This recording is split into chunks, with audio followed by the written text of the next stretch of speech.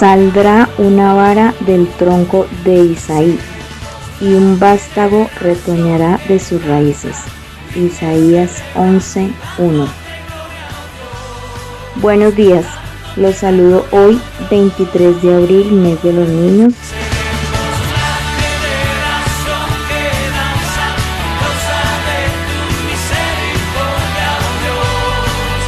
Les doy la bienvenida a nuestro tiempo de comunión de los domingos en la mañana.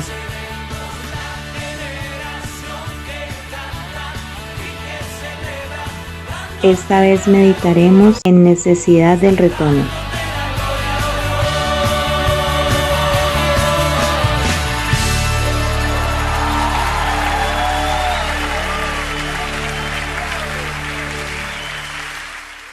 Buenos días, hermanos, que Dios les bendiga. Vamos a ocuparnos en esta mañana con el tema necesidad del retoño. Oremos. Padre, en el nombre de Jesús, gracias te damos por todas las cosas, por tu gran amor, por tu misericordia, por permitirnos esa nueva ocasión para reunirnos en tu nombre, para bendecirte y para recibir tu bendición, amado Dios. Ayúdenos, Señor, enséñanos todo tu consejo. En el nombre de Jesús, amén. Amén. Hace 8 días nuestro tema también fue relacionado con el retoño. El tema fue el milagro del retoño. Y vimos en la palabra de qué se trata ese milagro. Ese milagro del retoño que está manifestado de una manera muy fuerte, muy firme, muy específica en los niños. Y en este abril, mes de los niños, pues es una palabra muy oportuna para que la tengamos presente. El retoño son los niños. De manera natural, los niños son un retoño. Pero el sentido que vimos hace 8 días fue el sentido de la vida eterna, la vida de Dios sembrada en los niños, cómo se manifiesta como un retoño. Eso fue lo que vimos hace 8 días. Y hoy lo que vamos a enfocar es la necesidad. ¿Por qué hay necesidad? Dios tiene la necesidad del retoño. Dios trabaja con el retoño. Dios trabaja con ese milagro que vimos hace 8 días, esa vida divina en los niños. En Génesis capítulo 1, versos 26 al 28, Génesis capítulo 1, versos 26 al 28 dice: Entonces dijo Dios, hagamos al hombre a nuestra imagen, conforme a nuestra semejanza, y señoree en los peces del mar, en las aves de los cielos, en las bestias, en toda la tierra y en todo animal que se arrastra sobre la tierra. Hemos aprendido ya por varios años que aquí es la primera vez en la Biblia donde se habla específicamente del propósito de Dios. Dios tiene muchos propósitos, pero por encima de todos esos propósitos tiene un propósito en particular. Ese propósito es mencionado en la Biblia de manera singular porque es el propósito por excelencia, reúne todos los demás propósitos de Dios en uno. Acá básicamente muestra que el propósito es crear al hombre a su imagen y semejanza con el propósito, ahí está, de que el hombre señoree, a su imagen y semejanza señoree sobre la tierra y sus recursos. Eso está dicho en el verso 26 de una manera genérica. El verso 27 dice: Y creó Dios al hombre a su imagen, a imagen de Dios lo creó, varón y hembra los creó. Ese es el versículo, uno de los versículos más atacados por el diablo.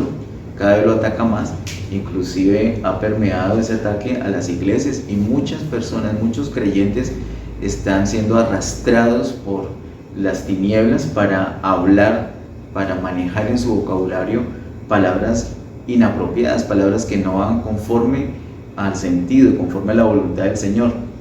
El Señor claramente dice: varón y hembra los creó. Y este verso 27 nos muestra algo especial. Para el propósito ya indicado en el verso 26 de una manera genérica, Él necesita al hombre y a la mujer, unas criaturas, obviamente varón y hembra, entonces está hablando que somos sexuados. ¿Y para qué sexuados? El verso 28 lo dice ya con más claridad. Y los bendijo Dios y les dijo: fructificad y multiplicaos, llenad la tierra y sojuzgadla, y señoread en los peces del mar, en las aves de los cielos, y en todas las bestias que se mueven sobre la tierra.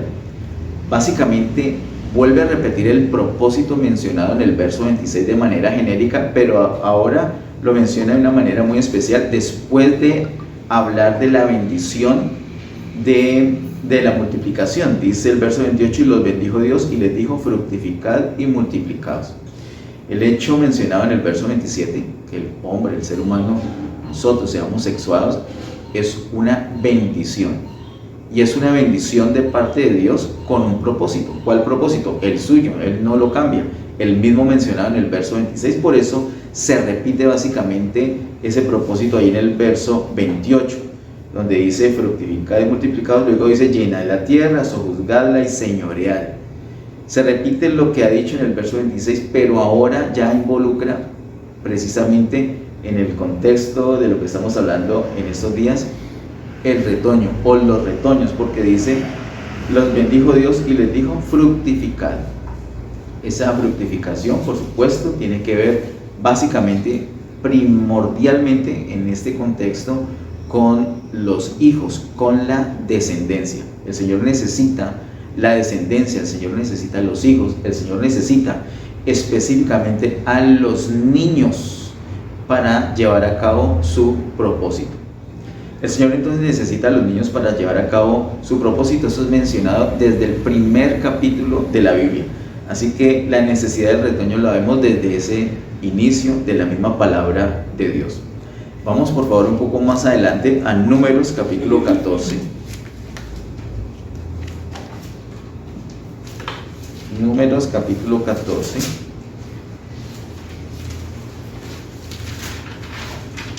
Versos 29 al 31.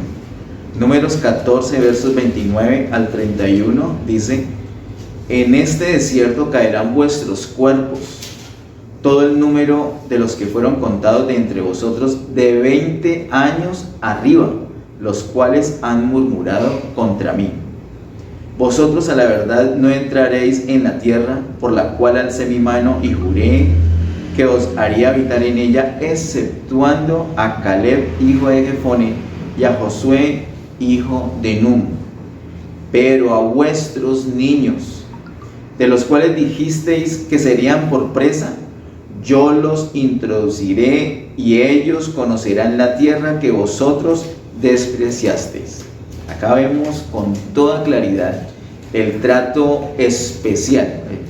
Si alguien lo quiere llamar preferencial, podría ser, pero hay un trato distinto a una nueva generación, al retoño.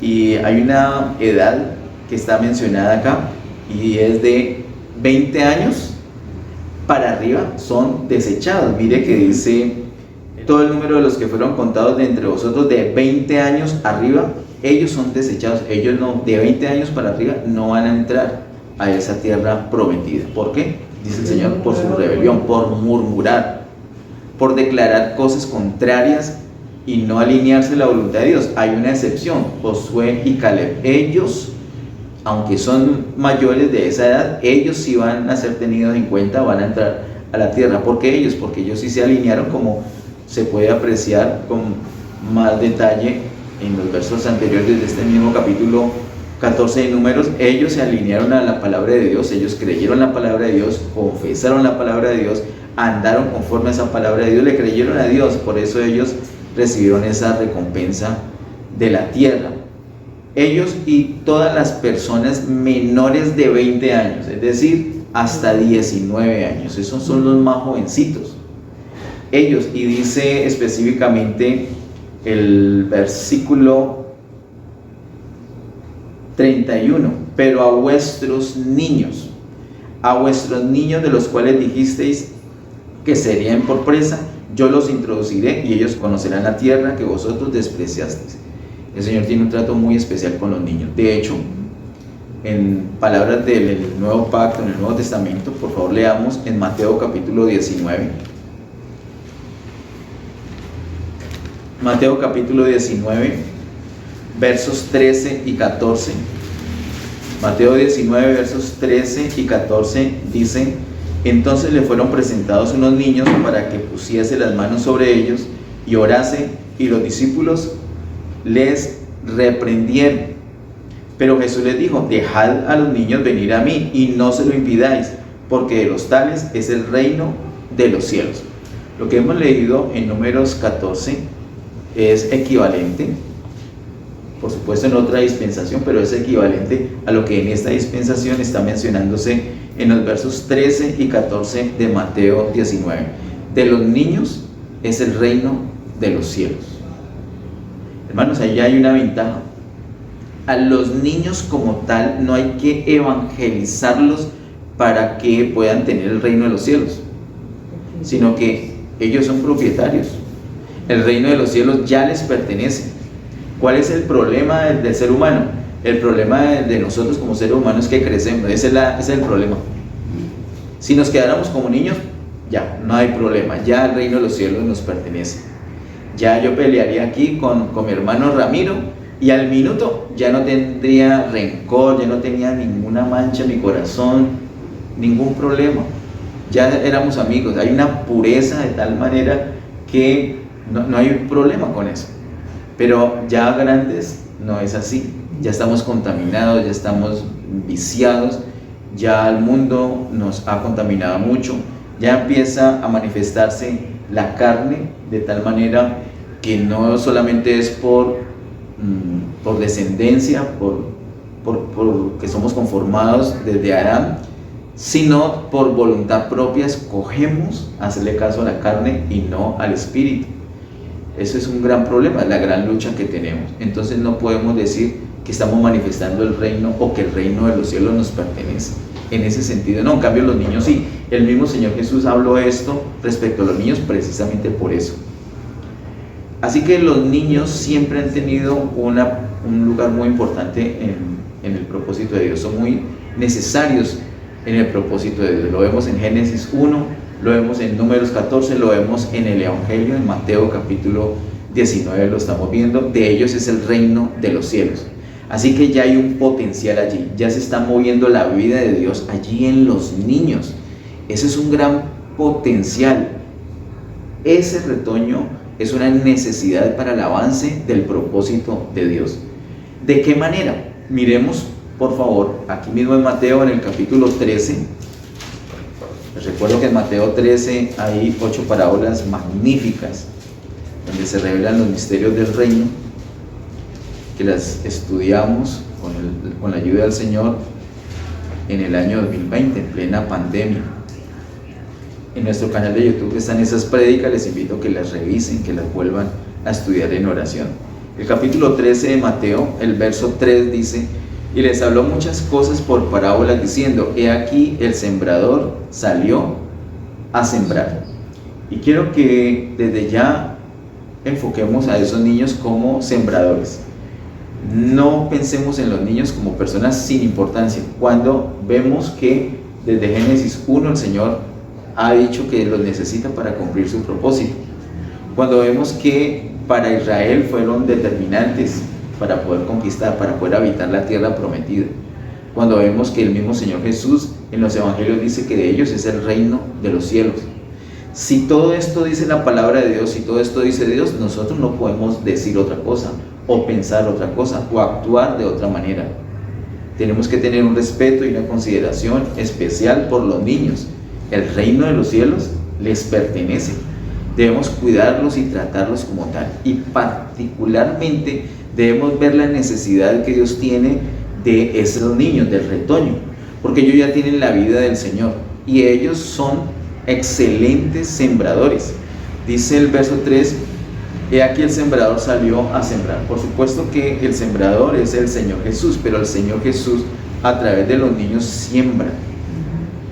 Aquí mismo en el capítulo 13, miremos el verso 19. El verso 19, cuando el Señor está explicando la parábola, dice: cuando alguno oye la palabra del reino y no la entiende, y sigue diciendo, esa primera parte nos dice cuál es esa semilla. La semilla que se está sembrando es la palabra del reino. Cuando alguno oye la palabra del reino y no la entiende, viene el malo y arrebata lo que fue sembrado en su corazón. Esa palabra es la que es sembrada en el corazón. La palabra del reino es la semilla de acuerdo a este versículo. Pero un poco más adelante, aquí mismo en el capítulo 13, en el verso 38, dice: el campo es el mundo, la buena semilla son los hijos del reino, y la cizaña son los hijos del mal.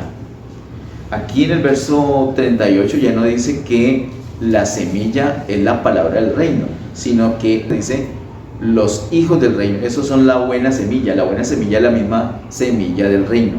Aquí en el verso 38 claramente dice que son los hijos del reino.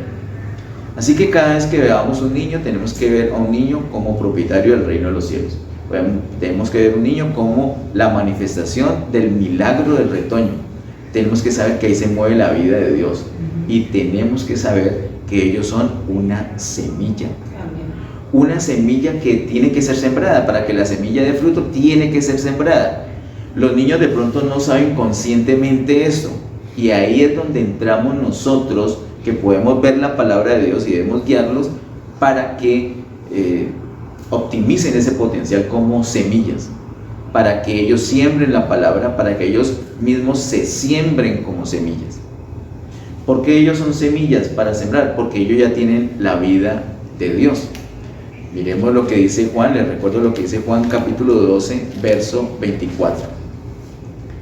Juan 12, 24 dice: de cierto os digo, que si el grano de trigo no cae en la tierra y muere, queda solo, pero si muere, lleva mucho fruto.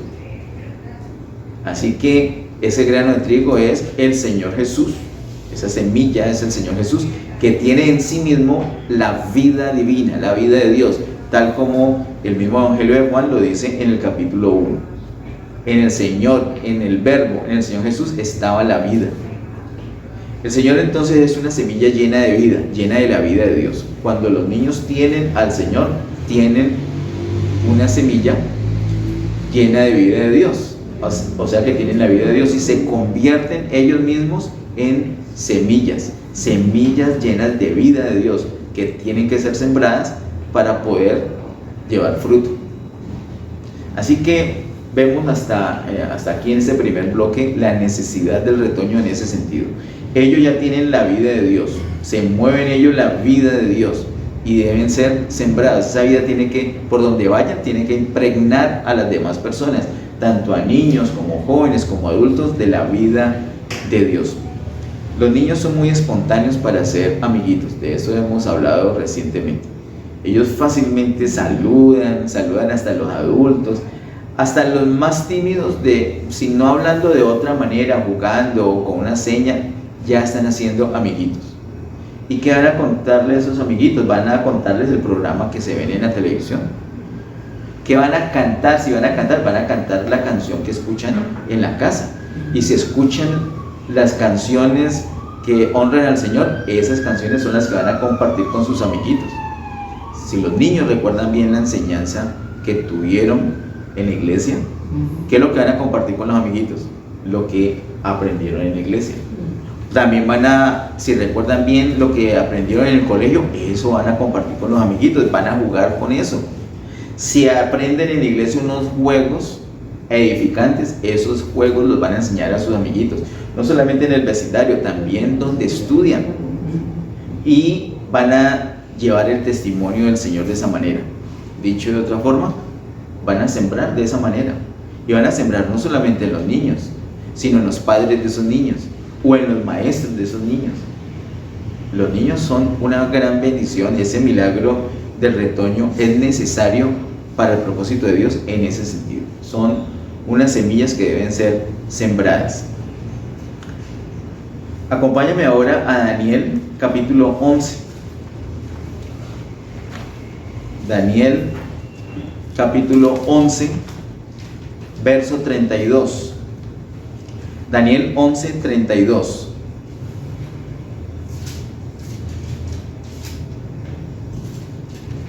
Dice Daniel 11, 32: con lisonjas seducirá a los violadores del pacto, mas el pueblo que conoce a su Dios se esforzará y actuará. ¿Qué son esa palabra lisonjas? No es una palabra que nosotros usemos mucho. Usamos equivalentes, pero no lisonjas. ¿Qué son lisonjas? Adulaciones. son adulaciones, son meloserías, con el propósito de atraer, seducir, manipular. ¿Usted ha encontrado de pronto en la televisión algunas palabras que usted pueda decir, ese es un excelente ejemplo de lisonjas?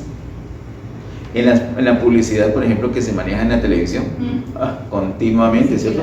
Le hacen usted untarse el jabón, el peor jabón que hay, pero usted quedó convencido que es bueno.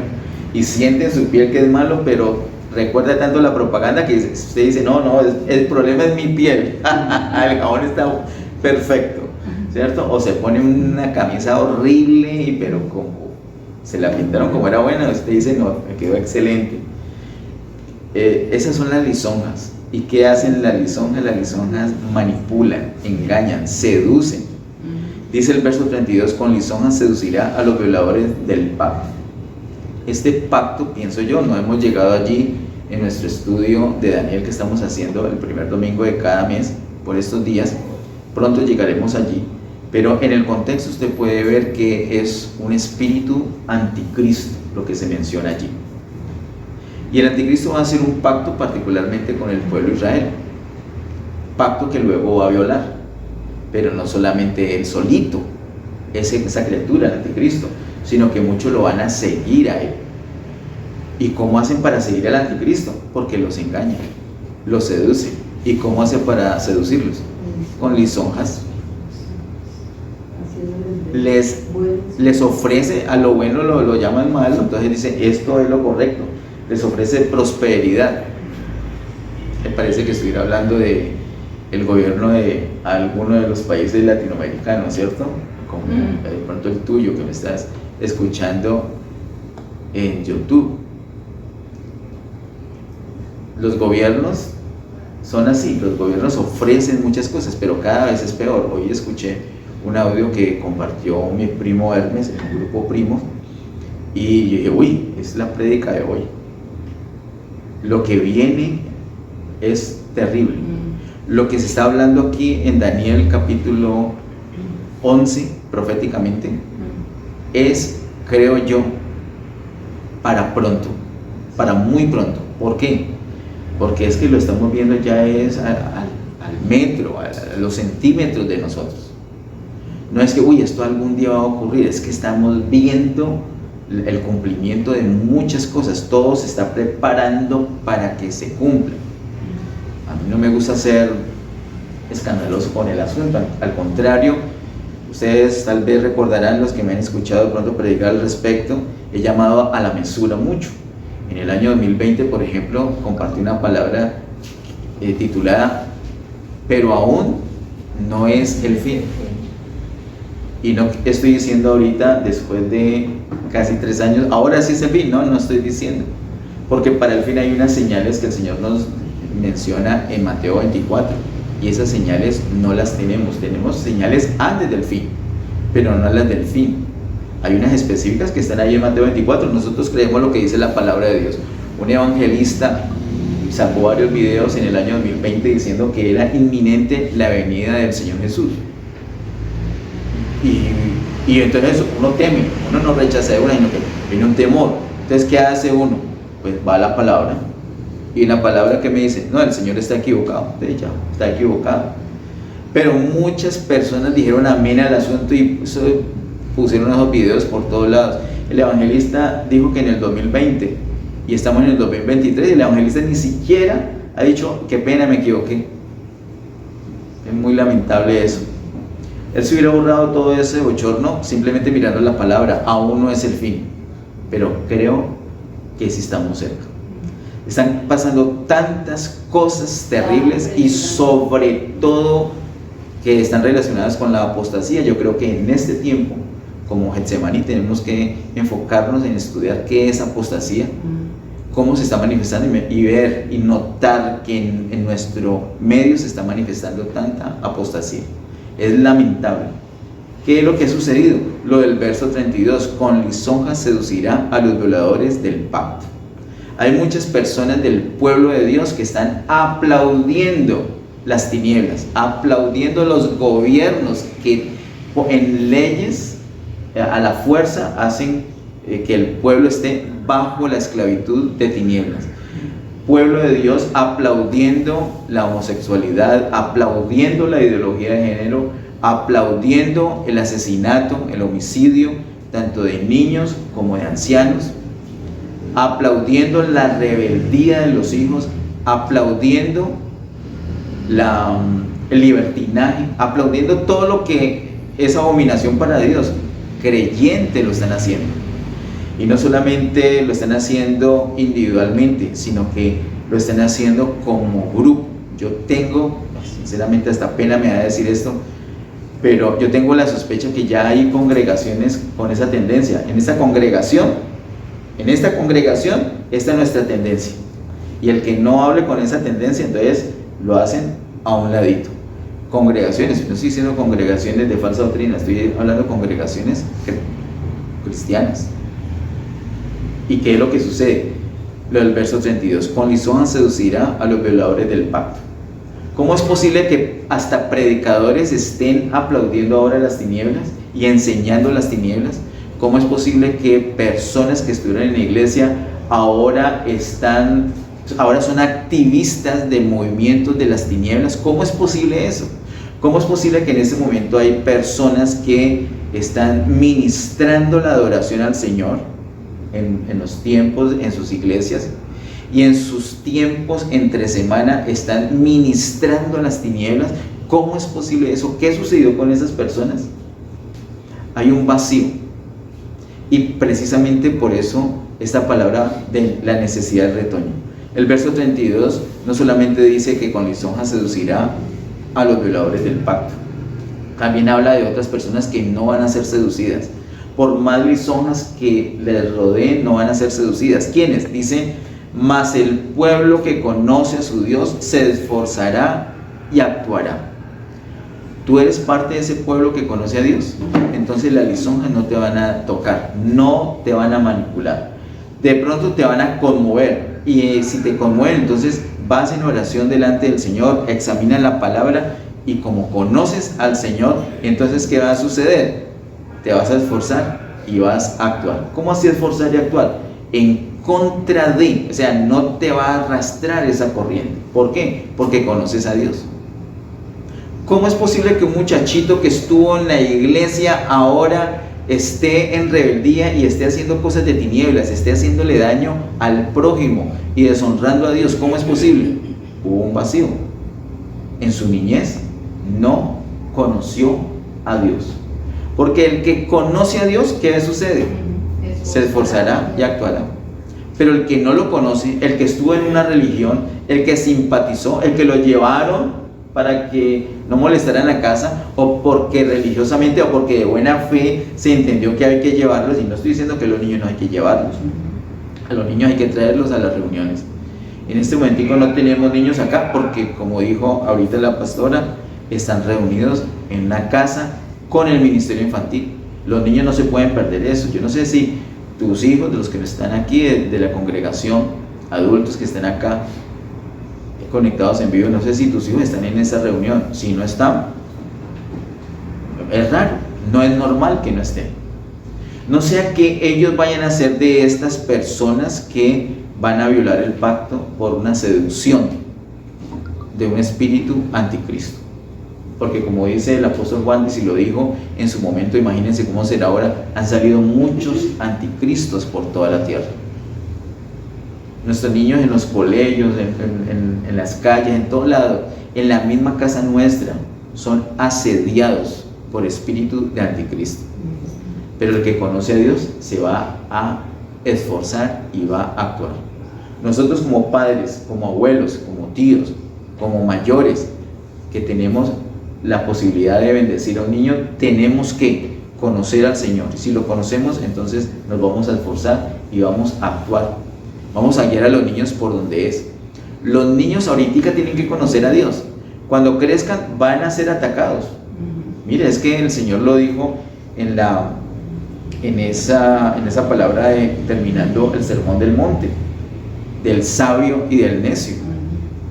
No solamente el necio es asediado, el sabio también. Todos somos asediados, pero el que conoce a Dios se va a esforzar y va a actuar. El que no conoce a Dios, sino el que conoció una religión, el que conoció al pastor y le gustó el pastor, o al apóstol, o al profeta, o la congregación, le gustó mucho, pero no conoció a Dios, esa persona fácilmente va a ser manipulada. Y ahí es donde vemos esas situaciones tan lamentables de personas que conocen de la palabra de Dios, pero no conocieron a Dios y fueron arrastrados para violar el pacto. Ojo con esa palabra de Daniel 11:32. Vamos por favor a 2 Timoteo.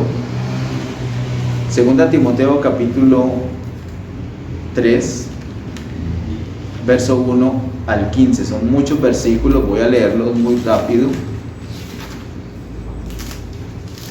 Voy a tratar de no comentar mucho al respecto, pero escuchemos atentamente lo que dice 2 Timoteo capítulo 3 del 1 al 15. Dice así: también debes saber esto, que en los postreros días vendrán tiempos peligrosos.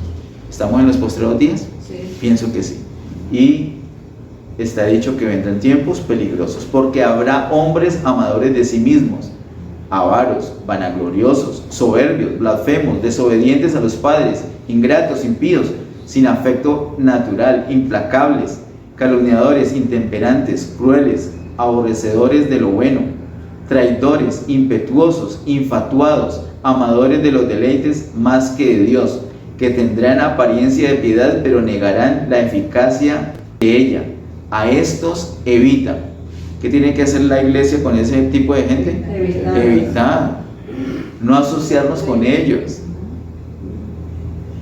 ¿Qué digo? No votar por ellos en las urnas, pero pues me voy a abstener de hacerlo. O sea, ¿qué tiene que hacer la iglesia con gente así, con ese perfil? Lo dice claramente, escrito está, 2 Timoteo capítulo 3 verso 5. A estos evita, no busca, no participa, no te asocies, no los apoyes, no los promuevas, todo lo contrario, a estos evita. Pero para lograr eso tenemos que conocer a Dios. Sigue diciendo, porque de estos son los que se meten en las casas y llevan cautivas a las mujercillas cargadas de pecados, arrastradas por diversas concupiscencias. Estas siempre están aprendiendo y nunca pueden llegar al conocimiento de la verdad.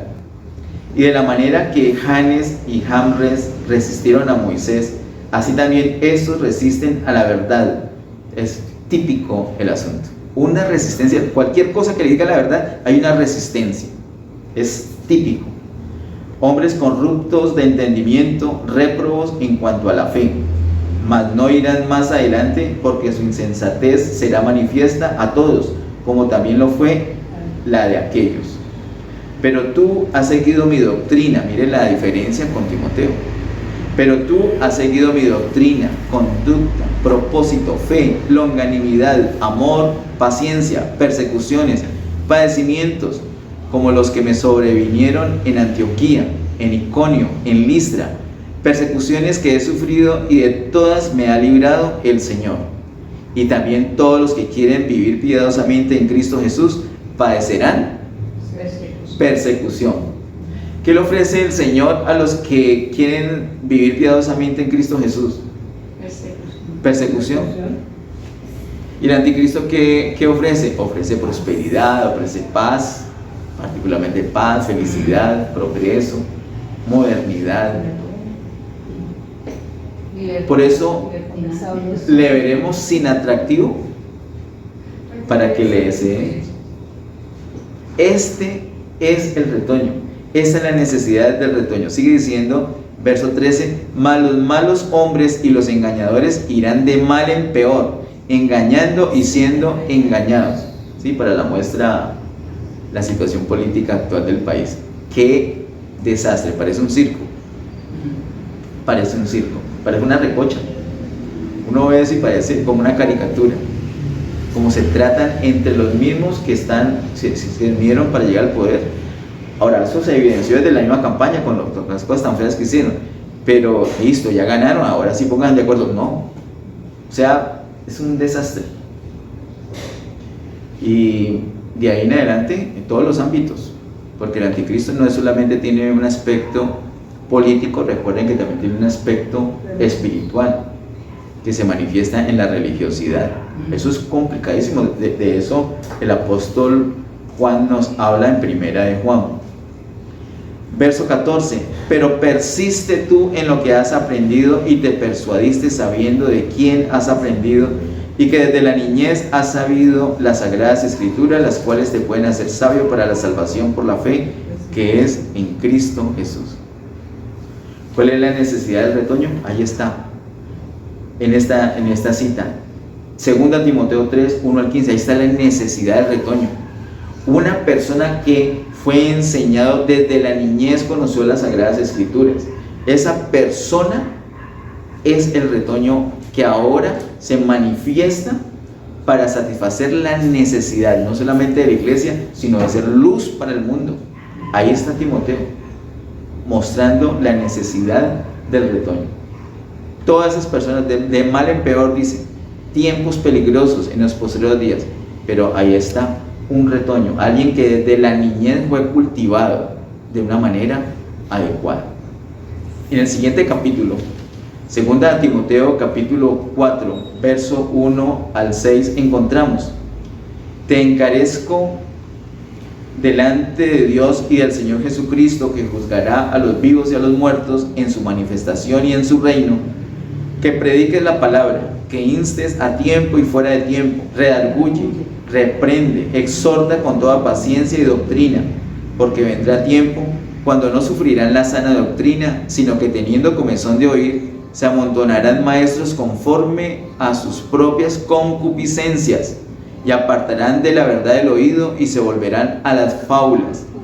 Pero tú, sé sobrio en todo, soporta las aflicciones, haz obra de evangelista, cumple tu ministerio, porque yo ya estoy para ser sacrificado y el tiempo de mi partida está cercano.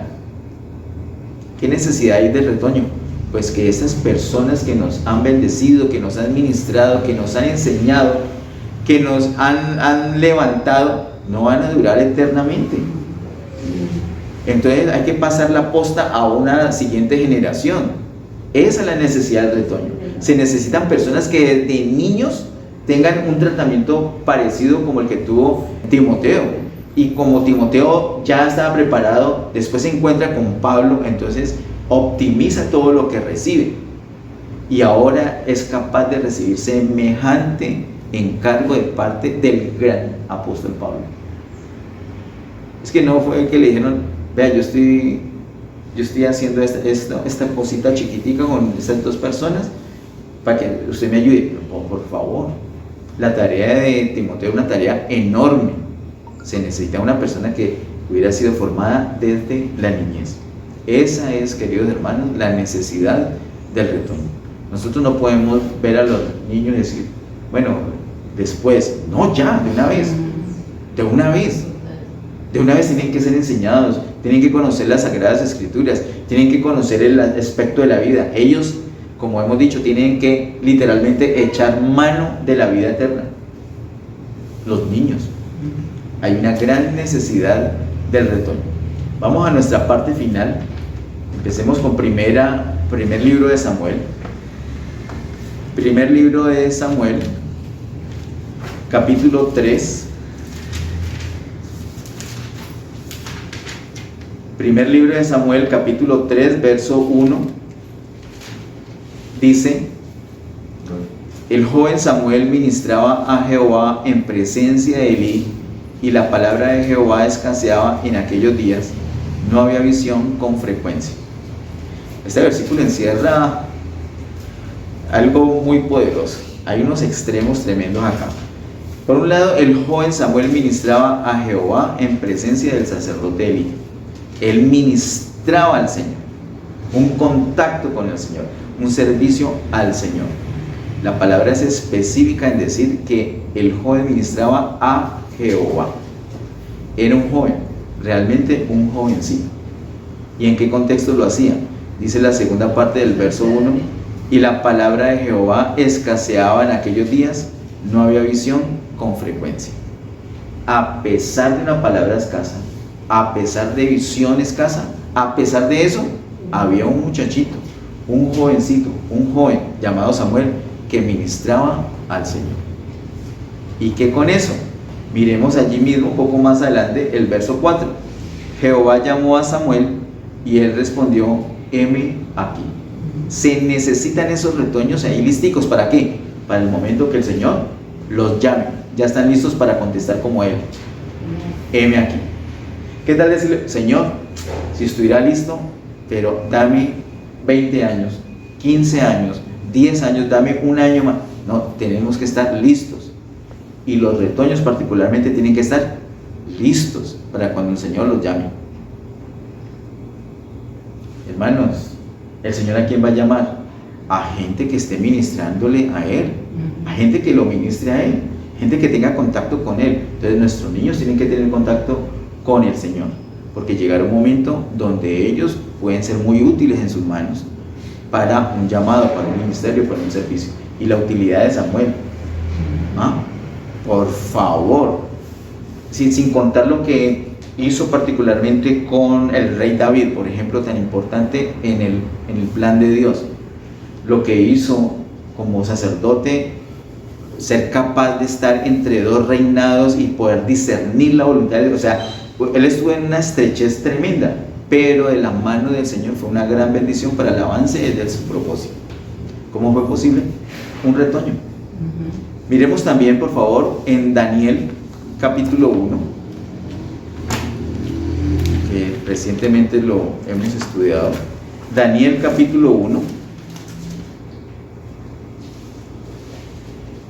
versículos 3 al 4. Daniel 1, versos 3 al 4 dice: y dijo el rey a Aspenaz, jefe de sus eunucos, que trajese de los hijos de Israel, del linaje real de los príncipes, muchachos en quienes no hubiese tacha alguna, de buen parecer, enseñados en toda sabiduría, sabios en ciencia y de buen entendimiento, e idóneos para estar en el palacio del rey, y que les enseñase las letras y la lengua de los caldeos. Cuando ellos fueron deportados a Babilonia, entonces alguien dirá: uy, no, pues entonces de malas, por ser juiciosos, por ser preparados, por ser sabios, les fue peor. No, no les fue peor. Tenemos que mirar todo el contexto. Hemos visto ya a la fecha las 6 victorias específicas que los jóvenes judíos tuvieron en Babilonia. ¿Cómo fue posible eso? Porque cuando van a ser deportados, cuando van a ser capturados en Israel, ¿qué sucede? Ellos ya están con una preparación.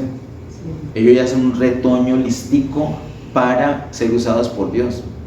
Que fueron secuestrados y todo aquello y maltratados, lo que se quiera, por supuesto que sí, pero vemos el favor de Dios con ellos todo el tiempo. Así que se requiere eso, hay una necesidad de ese retoño. Ellos, para ser jóvenes con las características que se mencionan acá, desde niños tuvieron que ser bien cultivados, desde niños. Aquí mismo en el capítulo 1 miremos el verso 8. El verso 8 dice: y Daniel propuso en su corazón no contaminarse con la porción de la comida del rey, ni con el vino que él bebía. Pidió por tanto al jefe de los eunucos que no se le obligase a contaminarse. La actitud de Daniel, de no contaminarse. Si cogen a un jovencito por ahí desprevenido, que no tenga la preparación, que no tenga formado su carácter, lo primero que hace es: deme otro platado de eso. Y ganarse, dejarse llevar por las lisonjas, por la manipulación, como están haciendo los jóvenes. Los jóvenes, charlaba con la princesa ayer, anoche, que es muy lamentable. Los jóvenes hoy ni siquiera los están persiguiendo y están siguiendo al espíritu anticristo. ¿Cómo será cuando los persigan? Hoy día están levantando la mano: yo quiero seguir el anticristo, y arriesgan su vida. Y estoy hablando, del mundo está en tinieblas, pero estoy hablando de gente en el pueblo de Dios. Es muy lamentable, muy triste. Pero estos jóvenes fueron cultivados adecuadamente. Ahora, ¿qué hacer? Bueno, es que mis hijos ya me crecieron, entonces entonces ya los perdí. No, ya hay una palabra que hemos visto, creo que fue el segundo miércoles de este mes. Nosotros no tenemos, ya estamos maniatados, el diablo ya no ganó esta batalla. No, eso es una foto instantánea. Es una foto instantánea, es mala. Yo veo esa foto y me da tristeza, pero esa tristeza no me apachurra. Esa tristeza lo que hace es darme la motivación de guerrear, porque herencia de Jehová son nuestros hijos. Ellos nacieron en Sión. Nosotros declaramos eso, nosotros declaramos el renuevo del Señor sobre todos nuestros hijos, sobre nuestra descendencia. Miremos por favor en segundo libro de Reyes, capítulo 4, versos 1 al 6. Segundo libro de Reyes, capítulo 4, versos 1 al 6, dice: una mujer de las mujeres de los hijos de los profetas clamó a Eliseo diciendo: tu siervo mi marido ha muerto, y tú sabes que tu siervo era temeroso de Jehová, y ha venido el acreedor para tomarse 2 hijos míos por siervos. ¡Ay, qué pecadito! ¡Qué horror! Quedó viuda y con deudas. Viuda y con deudas. Y entonces, ¿ahora qué va a suceder? Tiene que pagar con los hijos. Los hijos van a ser llevados como esclavos. Verso 2: y Eliseo le dijo: ¿qué te haré yo? Declárame qué tienes en casa. Y ella dijo: tu sierva ninguna cosa tiene en casa sino una vasija de aceite. Quiero puntualizar allí de una vez que lo he leído. ¿Ella tenía aceite? No. ¿Ella tenía aceite? Sí. ¿Dice que tenía aceite? Sí. ¿Seguro? No, una vasija de aceite. Específicamente dice que tenía una vasija de aceite. De ahí en adelante ya es especulación decir que estaba llena de aceite, que estaba a la mitad, que tenía un poquito, tal vez estaba vacía. Lo cierto es que ella no dijo: pues lo único que tengo es aceite en la vasija. Era una manera normal de decir. Yo creo que uno dice: yo tengo un poquito de café ahí en el termo. Uno no dice: ¿tienes algo de tomar? Yo tengo un termo de café. Uno dice: yo tengo un poquito de café en el termo. O tengo termo con café. Pero ella se refirió no al aceite, sino a la vasija. Bueno, miremos ya desde allí. Dice: sino una vasija de aceite. Verso 3. Él le dijo: ve y pide para ti vasijas prestadas de todos tus vecinos, vasijas vacías, no pocas. El profeta sí le especificó que las vasijas tenían que estar vacías. O sea, no me traiga aceite, no estoy pidiendo aceite. O sea, no busque aceite, busque vacías. No se enfoque en el aceite, enfóquese en las vacías. Ahora, ¿era necesario el aceite para ella? Claro. Sí, de hecho para nosotros también. Ahora, hablándolo en términos espirituales, ¿necesitamos la unción? ¿Necesitamos el Espíritu Santo? Claro, pero el Señor dice: no se enfoque en eso, enfóquese en la vasija. Oh, por Dios. Uy, hermanos, enfoquémonos en las vasijas. Dice: y le dijo: ve y pide para ti vasijas prestadas de todos tus vecinos, vasijas vacías, no pocas. Entra luego y enciérrate tú y tus hijos, y echa en todas las vasijas, y cuando una esté llena, ponla aparte. Verso 5. Y se fue la mujer y cerró la puerta, encerrándose ella y sus hijos, y ellos le traían las vasijas, y ella echaba del aceite. ¿De dónde sacó el aceite? No dice. Puede ser que era que tenía un poquito en la vasija, puede ser, pero ni siquiera ese es el enfoque. El enfoque, insisto, es la vasija. ¿Cómo hacer de que esa vasija salga aceite? Eso no le correspondía ni siquiera a ella. Le correspondería, digamos, si vemos nomás los que están actuando aquí, a Eliseo, pero sabemos que le correspondía entonces al Señor. Del Señor es dar el aceite, del Señor es dar la impartición de su Espíritu, del Señor es dar abundante gracia, de nosotros es preparar las vasijas. Versículo número 6. Cuando las vasijas estuvieron llenas, dijo a un hijo suyo: tráeme aún otras vasijas. Y él dijo: no hay más vasijas. Y entonces, ¿qué pasó? Entonces cesó el aceite. Se acabó el aceite, ya no fluyó más aceite, se acabó el milagro. Ahora, supongamos que esa vasija estaba repleta, pero es que le trajeron más vasijas y todas se llenaron. Obviamente es un milagro, obviamente el Señor está haciendo un milagro, el Señor está haciendo que fluya más aceite, más de su unción, más de su vida, más de su gracia. ¿Qué le tocaba al ser humano? ¿Qué le tocaba a la mujer? Preparar las vasijas. Y me llama mucho la atención que ella no lo hizo de cualquier manera, sino que hizo como el profeta le dijo. Ella se encerró con sus hijos. No es lo que se hace públicamente, es lo que se hace en la intimidad del hogar con los hijos. Queridos hermanos, nosotros como iglesia tenemos que preparar vasijas. Preparemos esos niños, preparemos esas vasijitas, porque entre más vasijas preparemos, más aceite el Señor va a echar. Pero cuando el Señor viene, está que echa aceite y dice, no hay más vasijas, ¿qué va a suceder? Hasta ahí se acabó el aceite. Ya el Señor no tiene donde más derramar su propia vida, derramar su gracia. Pero entre más vasijas, más gracia. Preparemos más vasijas. Hermanos, termino esta prédica diciéndoles, en el nombre del Señor Jesús, preparemos más vasijas. Enfoquémonos en la preparación de las vasijas. Es necesario las vasijas, son necesarios los retoños, porque el Señor necesita encontrar dónde derramarse, dónde derramar su presencia. Él quiere impartir su vida, necesita vasijas que lo contengan.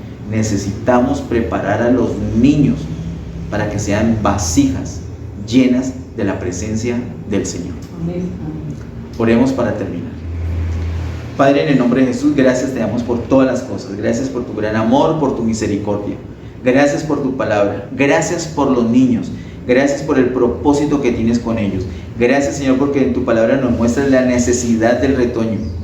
Gracias por la manifestación de ese milagro del retoño en los niños, amado Dios. Los presentamos delante de ti. Tu bendición para ellos, Señor. Y ayúdanos, guíanos por tu Espíritu a nosotros, Señor, como padres, como abuelos, como tíos, como mayores, como iglesia, para preparar esas vasijas, para que sean llenas de tu vida, llenas de tu presencia. Este es nuestro deseo, Señor. Gracias, Señor, por todas las cosas. A ti, solamente a ti, toda gloria, honra y honor por siempre. En el nombre de Jesús, amén. Amén. Que Dios les bendiga. Amén.